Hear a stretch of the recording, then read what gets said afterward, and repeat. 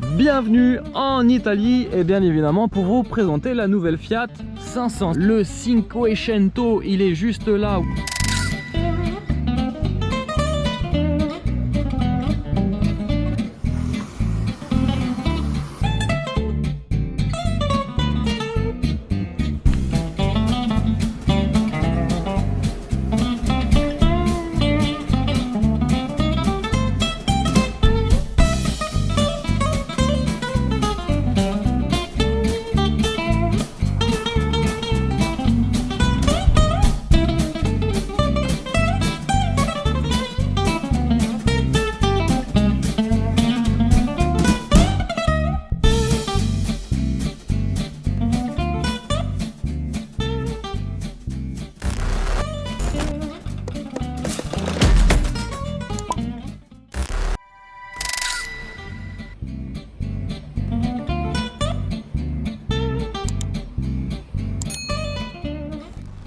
Bonjour les amis, bienvenue en Italie, et oui, pour voir cette nouvelle Fiat 500. Alors ici j'ai le modèle cabriolet, mais il faut savoir que maintenant désormais dans la gamme Fiat 500, la berline, ensuite la cabriolet comme celle-ci, celle que je vous présente actuellement, et la version berline avec une troisième porte. Alors la troisième porte elle se situe de ce côté là, en fait c'est une mini porte qui s'ouvre de manière antagoniste, un petit peu comme les Rolls-Royce. Ouais.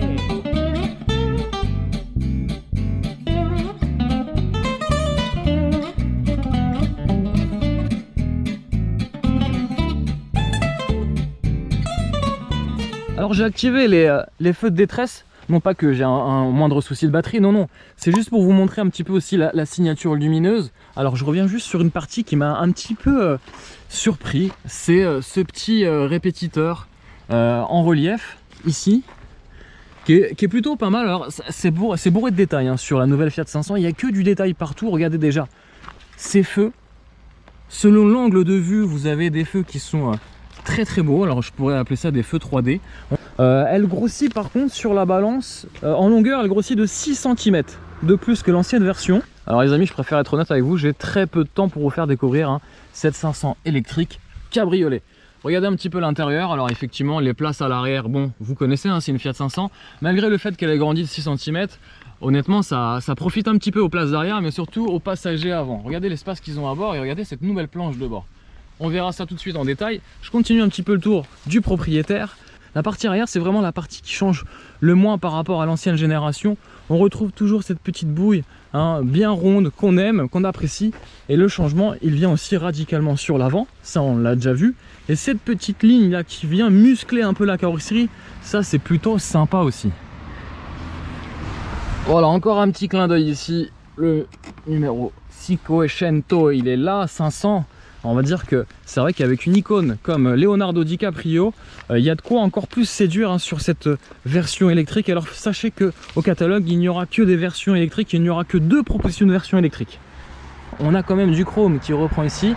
Alors je suis désolé, je coupe la vidéo toutes les 5 minutes parce qu'on n'a qu'une matinée pour filmer la nouvelle Fiat 500. On est à Turin, on est sur des routes où c'est impossible de s'arrêter. J'ai trouvé juste un endroit pour s'arrêter. C'est ce charmant décor. D'ailleurs il n'y a que des villas, on est sur les hauteurs de Turin, c'est très beau. Mais je suis désolé pour le bruit parce qu'à chaque fois je vais être interrompu par le passage des voitures.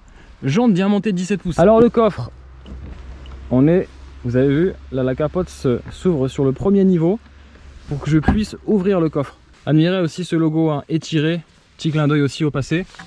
Alors le petit coffre, hop, la petite malle même j'ai envie de dire. On est à peu près je pense sur 160 litres de volume de chargement ou voire 180. Forcément on est sur la version cabriolet, donc on perd en praticité. Donc en termes de prix, je vous le disais, on est à peu près autour des 24 000 euros, 24 500 euros plus précisément sur la première finition Action. En fait il faut savoir qu'on a 3 finitions. On a Action, Passion et Icône Plus. En fait on en a 4. Ici j'ai la version Icône. La version Icône c'est celle qui a le plus d'équipement. On peut avoir donc du coup les jantes de 17 pouces, on a un intérieur qui est assez fun aussi, feu projecteur full LED. Donc on a les feux diurnes à LED et on a aussi les projecteurs à LED.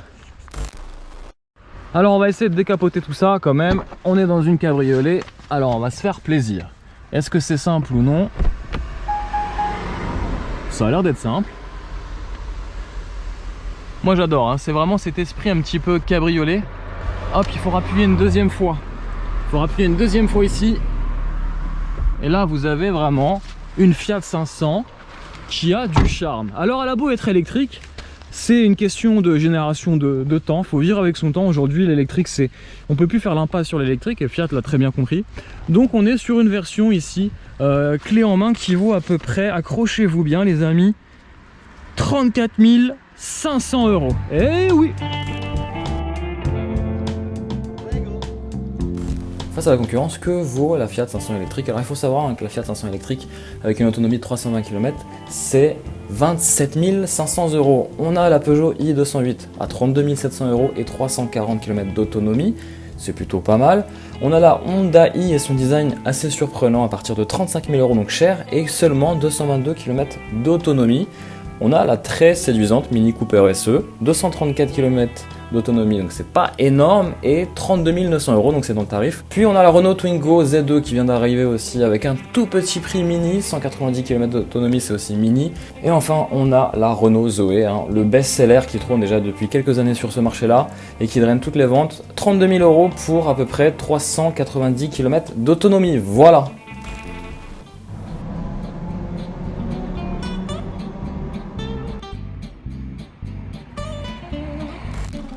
Allez, je vous fais voir un petit peu l'intérieur. Alors, il n'y a plus de poignée. Hop, c'est un petit bouton en dessous. Hop, et ça vient ouvrir la voiture. Voici l'intérieur. Alors, voici l'intérieur. Un changement aussi radical au niveau de l'intérieur. Avec le volant et la planche de bord. Cet écran aussi de 10 pouces.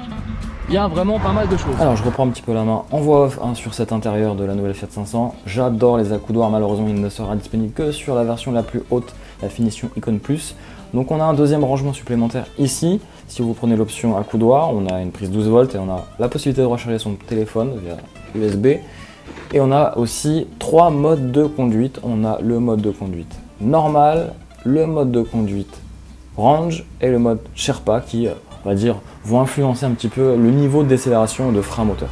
On a aussi un frein de parking électrique et surtout de l'espace sur les places à l'avant. On n'a plus de boîte automatique ou de boîte manuelle qui prenait, c'est vrai, un peu plus de place. On a un sélecteur de conduite, drive, neutre ou marche arrière, et aussi on peut mettre son téléphone à recharge induction et wireless et connecté aussi avec les technologies Android Auto et Apple CarPlay. Ça c'est plutôt pas mal, c'est une voiture vraiment connectée hein, aussi bien pour la jeunesse.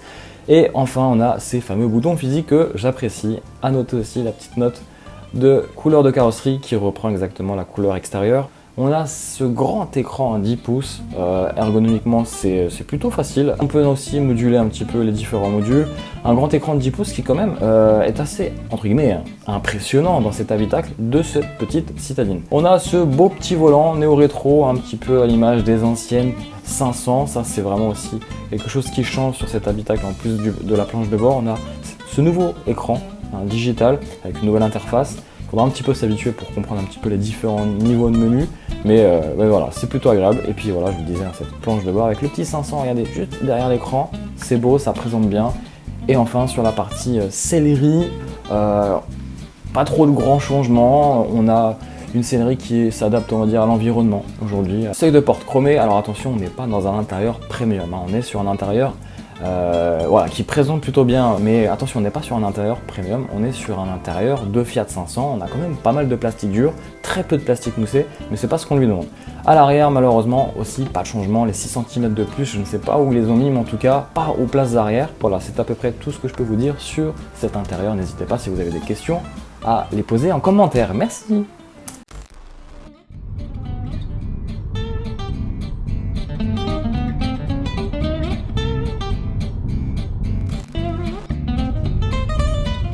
Alors je suis à Turin et il n'y a que des Fiat 500, il y en a partout. C'est la ville où j'ai rarement vu autant de Fiat 500 dans ma vie à la seconde. C'est assez incroyable. La transition est toute faite avec cette nouvelle Fiat 500. Je suis à bord d'une Fiat 500 électrique, ça y est, c'est fini, il n'y a plus de thermique, c'est que de l'électrique. Et si je suis sur la plus grosse des batteries, 42,5 kWh. Ça fait 10 minutes que je circule dans les rues de Turin et je vois déjà 2 futurs acheteurs. 0 à 50 en 3 secondes. 0 à 100 9 secondes. Hop là.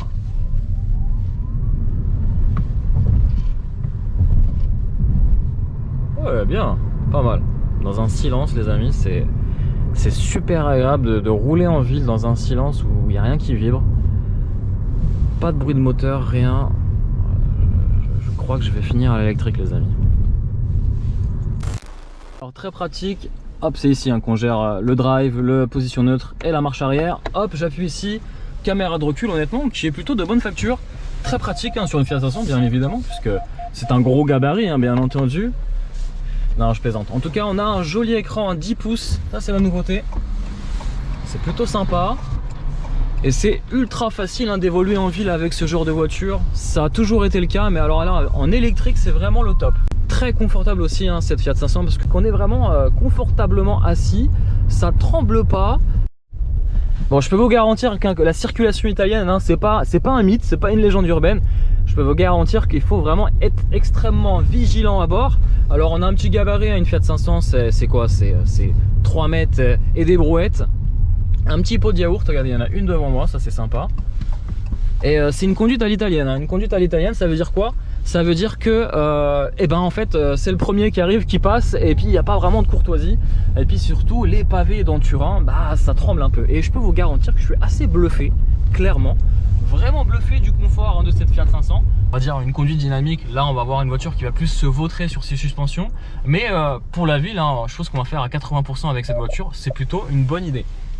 En termes d'équipement, on a tout l'équipement possible inimaginable. On a le régulateur de vitesse, on a la conduite semi-autonome, on a l'écran aussi digital sur lequel je peux vous montrer par exemple la consommation. Alors la consommation, on a en électrique, alors attendez, hop, hop, c'est pas forcément facile. Alors je suis à 13,3 kWh au 100 km, ce qui est plutôt pas mal. Je suis à 82% de réserve en batterie donc. Et j'ai 208 km, donc c'est vrai que j'ai fait de la ville. Je pense qu'une fois les batteries complètement chargées, je peux attendre facilement avec une conduite telle que je l'ai eue depuis 1 heure, on va dire 300 km, ce qui est largement suffisant pour rouler en ville et pour un usage au quotidien. Alors ce qui est impressionnant, je viens de m'en rendre compte, mais je sais pas si j'ai halluciné, mais en fait en démarrant la voiture, je me suis carrément arrêté sur le côté pour voir si c'était vraiment le cas. Et en fait, on entend cette petite chanson italienne. Alors, je sais pas si elle résonne aussi de l'extérieur, mais en tout cas, je l'ai entendue. Si c'est l'extérieur, franchement, il y a beaucoup de têtes qui vont se retourner. C'est un petit clin d'œil, c'est très subtil, mais j'adore ce genre de petits détails. Bravo Fiat. Alors, à noter, les amis, que pour maintenant ouvrir les portières d'une Fiat 500, c'est juste un petit bouton.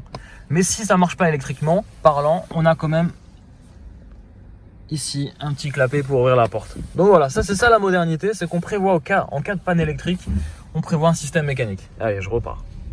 Et c'est vrai que depuis tout à l'heure, en termes de sympathie, il y a énormément de regards qui se retournent vers ce nouveau modèle. Alors c'est vrai que la Fiat 500 c'est une icône pour déjà d'abord tous les Italiens, mais dans le monde entier.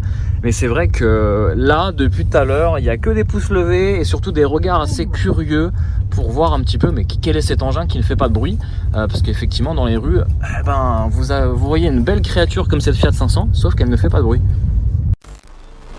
On va regarder un petit peu ce qui se trame sous le capot, bien sûr. Hop, sous le capot, un moteur électrique.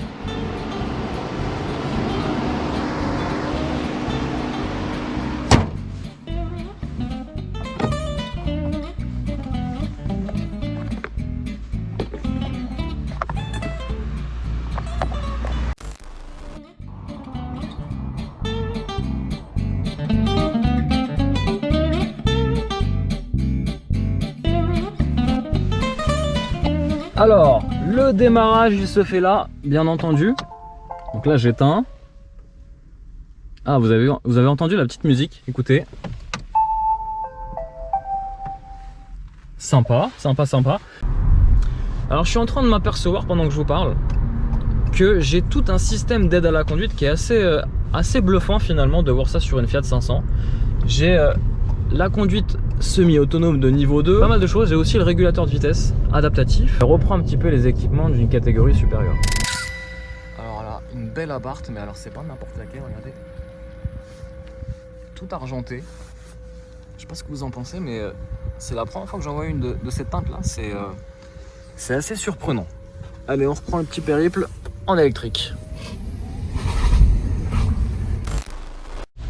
Alors une autre question qui a été posée sur la page YouTube de la communauté, donc je vous remercie hein, d'être aussi intéressé par cette Fiat 500. Est-ce qu'il y aura une version Abarth? Apparemment peut-être, mais ça sera une version électrique, pas une version thermique. Je crois clairement, si j'ai bien compris le message de Fiat, ils abandonnent toute la gamme, tous les moteurs thermiques sont abandonnés sur la gamme 500. Donc sur le cabriolet, sur la berline et sur la version 3+1. Voilà, si j'ai bien compris.